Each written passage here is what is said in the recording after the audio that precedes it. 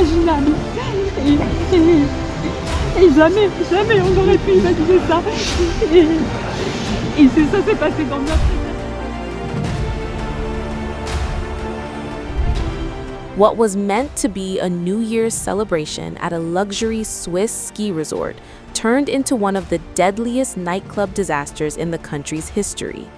A devastating fire ripped through the basement of Les Constellations nightclub in Crans, Montana, killing 40 people and leaving at least 116 others badly burned. According to Swiss police investigators and official emergency reports, the blaze spread within seconds, trapping dozens inside the crowded venue. At the center of the tragedy is 24-year-old waitress Cyan Penin, who was initially blamed for starting the fire.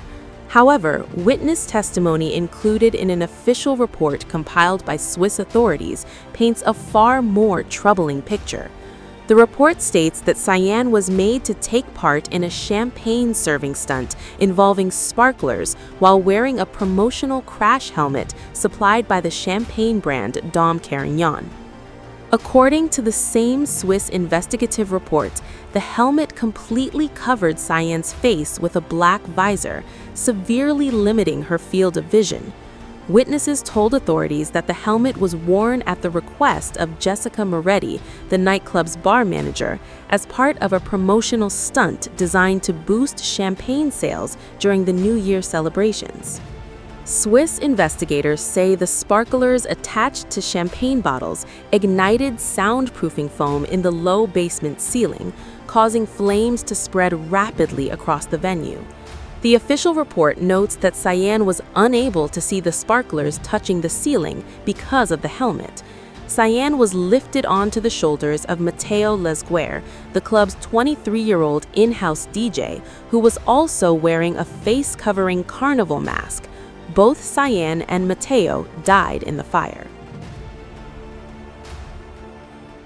Authorities have confirmed that 34 of the 40 victims died on a narrow stairwell, which became a deadly bottleneck as people tried to escape.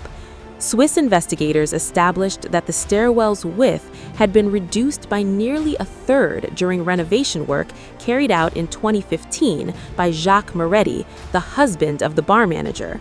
This finding has become a key focus of the criminal investigation. Jessica Moretti, 40, is now under formal investigation for multiple alleged crimes, including manslaughter by negligence. She is currently out on bail, wearing an electronic ankle tag, and required to report regularly to police, according to Swiss judicial authorities. Her passport has been confiscated due to concerns that she and her husband are a potential flight risk. Jessica Moretti has acknowledged that the helmet was part of a recurring champagne-serving stunt, telling investigators that such helmets were supplied by Dom Perignon and used occasionally by staff. However, Sophie Hani, the lawyer representing Cyan's family, told Swiss authorities that Cyan had no safety training, was never warned about the ceiling's flammable material, and was not even supposed to be serving tables that night.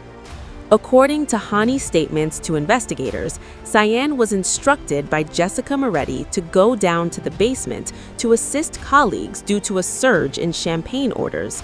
Hani also said Cyan had previously contacted a workers' protection service over her employment conditions and had complained to her family about exhaustion, long working hours, and a lack of empathy from her employers.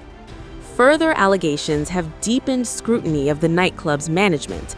Cyan's parents claim an emergency exit was locked to prevent guests from entering without paying table charges of around £900. They told investigators that if the door had been open, lives might have been saved.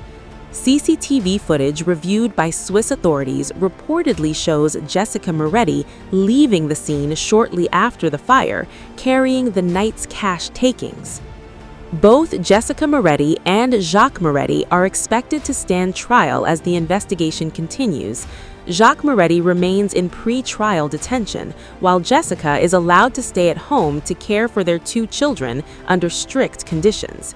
Cyan Panine, a French national, was laid to rest in her hometown of Sète as her family continues to demand accountability for what they say was a preventable tragedy.